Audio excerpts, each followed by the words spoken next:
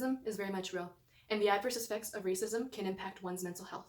Our mental health is very dependent upon internalized things such as our brain chemistry, our experiences, our memories, but it can also be dependent on the lenses that we experience the external world, such as our gender identification, our sexual orientation, our religious practices, and the color of our skin. So in this video, I'm going to be discussing the impacts of racism on mental health. And it is very important for us to not minimize or dismiss one another's experience no matter where we lie on the color line. Because, for example, I know that I am Chicana, but I also know that my experience with racism is very much different than yours or anyone else watching this, because of the fact that I have a unique race experience with being Chicana. You have a unique experience with race when it comes to your racial background or ethnic background. And I know that I cannot minimize or dismiss the experiences that you have uniquely had dependent on your race. So what are the impacts of racism on mental health? It can lead the individual to feel disconnected and lonely. It can cause them to second guess themselves and their world and their surroundings and anything that they experience. It can increase the risk of depression and anxiety. It can decrease the hope of their own future, the justice system, the government, or any individual that should rationally be trusted to protect them. It can increase their sense of survival mode, and that links back to anxiety because anxiety stems from that flight or fight response. And therefore, there's this hypervigilance that the individual has to have because they know that their race is targeted. They know that their appearance and their skin color is targeted. So they feel like they are in constant survival mode. They need to be ready to face whatever it is that they may face because of their past experiences or the stigma towards the race that they experience. And this can cause high levels of stress and high levels of worry, and that can all have very adverse effects, not only in the individual's emotions and thoughts, but in their actual brain chemistry, because there's so many cortisol levels that go through the brain from stress, and this can have a high impact on their mental health. And it's important for us to make this a safe space so any individual identifying in a race that requires them to feel like they have to be in survival mode, they can finally feel safe. And it's up to each and every one of us to make this world safer for them. It can lead them to feel powerless because of the fact that in instances of racism and racial acts, especially in this recent year, you have seen these individuals be unfairly targeted, doing daily activities that they should just feel safe to do, that they should just feel like they can flow through. Yet somehow in their daily activity, in their normal daily activity, there has been a horrific outcome that has either attacked them, that has hurt them, that has discriminated against them, or in very, very awful cases have even taken their lives. And they can even have trauma in their mental health because it can be both present and from the past experiences they've had. And it can even go so far back that it's intergenerational. It can be from many generations. It can be from their ancestors and their relatives, depending on how they have experienced it, depending on all the experiences that they have had to face and all the discrimination that they have had to face dependent on their race. The traumatic events currently going on have left lasting impacts on the mental health of disenfranchised communities. So I want you to know that it's okay to step away and take care of your own mental health. It is completely okay to do the necessary steps that you have to do to make sure that your mental health is looked after and the safety of your life is looked after. And racism doesn't always have to be so blatant. There is very obvious racism, but there's also implicit bias. There are microaggressions, and there are different types of effects that they can have. So I want to make sure that I not only emphasize the acts that are obvious to everybody, but I also want to talk about how racial microaggressions can have effects. So there are micro-invalidations, and micro-invalidations are subtly or obviously denying or attacking the experiences, feelings, or thoughts that people of color have. So it's making sure that you don't necessarily validate the individual, or you're very like I don't care about what you're going through, and that's not right, because those micro-invalidations build up, and those micro-invalidations are a very subtle way of dismissing this individual's experience. So examples, and these are big examples, and these are examples that are so harmful. For example, have you ever heard somebody say that they don't see color? They are thinking that they sound like they're like everybody's equal, but that is not the case. You are choosing to ignore a very unique and big part of their identity and in how they experience the world and in how that impacts the way they experience the world. Because you being colorblind, or an individual being colorblind to you, is ignoring the very characteristic that they experience the world. It's ignoring a very important part of who they are. Another example could be like when people say we are all human beings, or all lives matter, or stop being so sensitive. Those are very, very awful examples that I have personally heard from individuals, because yes, while we are all human beings, yes, while all lives matter, you are choosing to not see that at the moment, for example, Black lives do matter. You're not choosing to see that there is a very real experience going on in the Black community. and that they need to be standing up against the injustice, that they need to gather together and make sure that it's a safer place for everyone, and make sure that their stories are heard, and that other people step in and also take an action to this injustice. There are specific causes that are going on right now. Them saying that their lives of a specific group matters doesn't dismiss all the other lives of the individuals. It's just saying that currently, with a specific issue that is very much real in the present, that right now we need to look at that. Right now we need to address that. It's not dismissing everybody. So you saying, well, all lives matter, you're completely dismissing what the specific community is going through right now. You are choosing to ignore it and brush it all under the rug to make yourself feel better that, oh no, everybody's equal. That is not the case, because obviously a community wouldn't feel that they're being treated unequally. And that micro-invalidation can make the community, it can make the individual feel invisible. And it's important for us to not do that, because you're letting them fade away into this little concept that you want to push them into human. That's it. It's like, yeah, but they have a unique experience on the basis of their race. So don't ignore a very important part of their identity. Another microaggression is micro-insults. So these are verbal or even nonverbal insults that demean or discredit people of color. So for example, you don't look blank. You're pretty civilized for blank. I would have never guessed you were blank.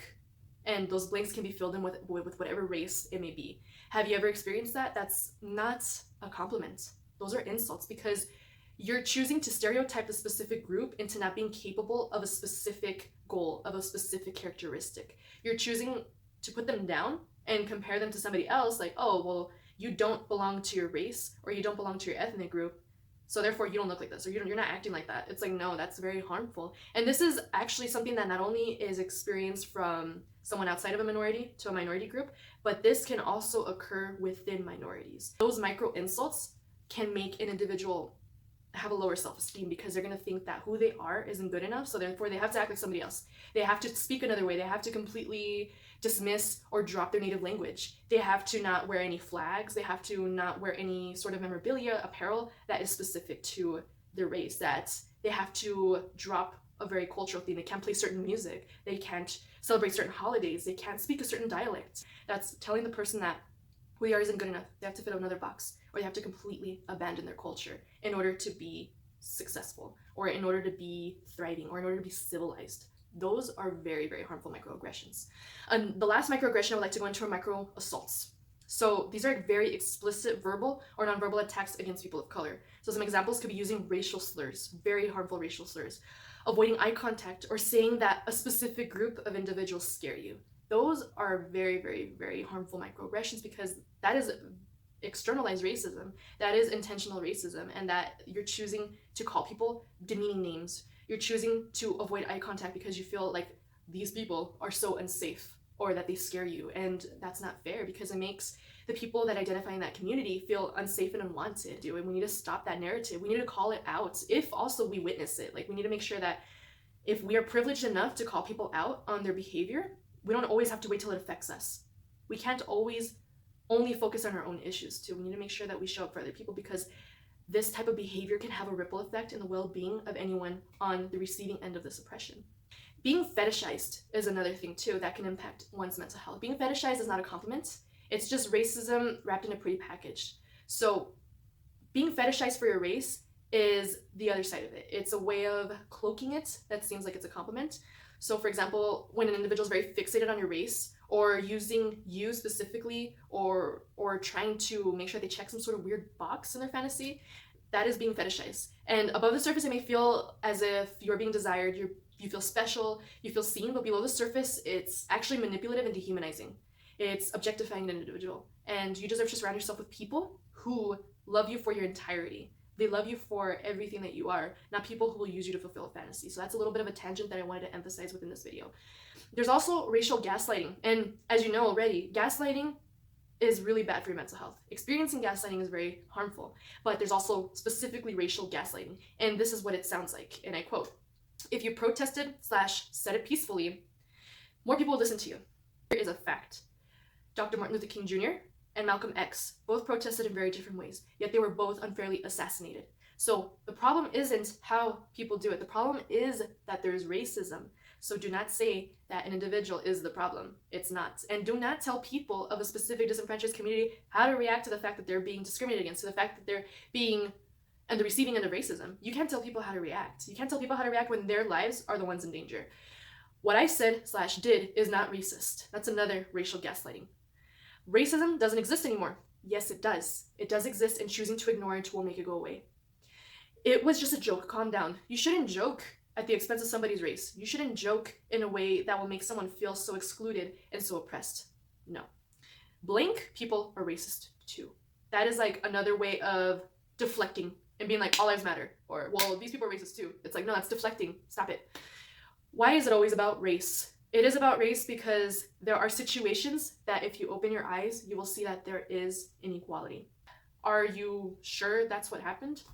That's another thing. Like, yes, it happened. There's a fact. There's a lot of individuals who will deflect and be like, oh no, that's not how it happened. Well, this person was in the right to do that to this individual. It's like, no, a person shouldn't kill somebody and then all of a sudden it's, well, this person, did you see what they did? I mean, there's a story that they could have done this. Are you sure that that's what happened? It's like, yes, there's facts. There's evidence. Don't minimize it. Just to play devil's advocate here, that's another thing of racial gaslighting. Like, just to play devil's advocate for what? Like, you're trying to see it on the other side of somebody who purposely is harming this individual. Just no, you can't tell people that. You can't tell them that, well, I know that you feel oppressed, but hang on. It's like, no, they're feeling oppressed. Show up for them. Fix your own thinking. Fix your own biases. Or the last one that can be said is, in my opinion, I don't think they were being racist. I think blank. It's like, no. You can't tell a person experiencing racism how to experience racism, or that they weren't being racist. How did that person feel because of that? If they're feeling racism, they're feeling racism. It's valid. No questions asked. So here are some tender reminders for anyone that identifies in the Black community, in the Indigenous community, or in any other group of people of color, in the Mexican community, in any single minority racial group. If you identify in any of them, if that relates to anything in your background, here are some tender reminders. 1. Do not let anyone tell you how to feel about something they have never had to experience in their body, mind, or soul. 2. Do not exhaust yourself arguing with someone who is more concerned about not being called a racist than simply doing the work to be anti-racist. You don't have to explain it, and it's not your job to fix them, because they need to fix themselves. They need to fix their own community things. So you don't have to overexhaust yourself with somebody who is so hell-bent on not sounding like that, then actually instead listening, expanding their mind, understanding that their experience is different than yours, and doing the work that it's going to take to get them to be anti-racist, to get them to be allies. And 3, do not spend any time trying to prove why something is racist. Your experience is your experience, and it's very valid. I know in this world it feels like you have to defend yourself constantly, and it's exhausting. You have to defend your community constantly, and it's exhausting. And you can do whatever it is you need to do for your community. You don't have to feel like you need to give a reasonable enough explanation to somebody to realize that you are going through racism. It is your experience, and it's very valid. You don't have to reach a certain, invisible threshold for it to be validated. Because no matter what, if an individual doesn't validate it, they won't validate it. And that doesn't make your experience any less valid. So those are very tender reminders to take care of your mental health within a very confusing time, within moments of injustice. And I want to make this video to make sure that we don't minimize your experience. We don't minimize each other's experiences or dismiss our individual experiences through the lens of our race.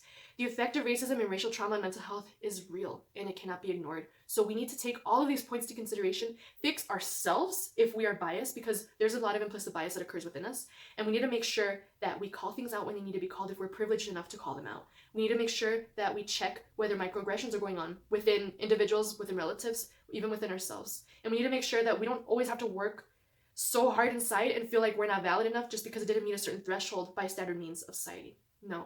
Your experience is very much real. Your racial experience is very much real. The lens on the basis of your race deserves to be acknowledged. It is a very important part of your identity, and because of that, we need to make this world a safer space to make you feel safe on the basis of your race, to not make you feel unsafe because of your race. This world needs to be safe and inclusive of your very specific and individual unique experience of your race. I hope this video has been helpful. Have a great mental health day. Thank you.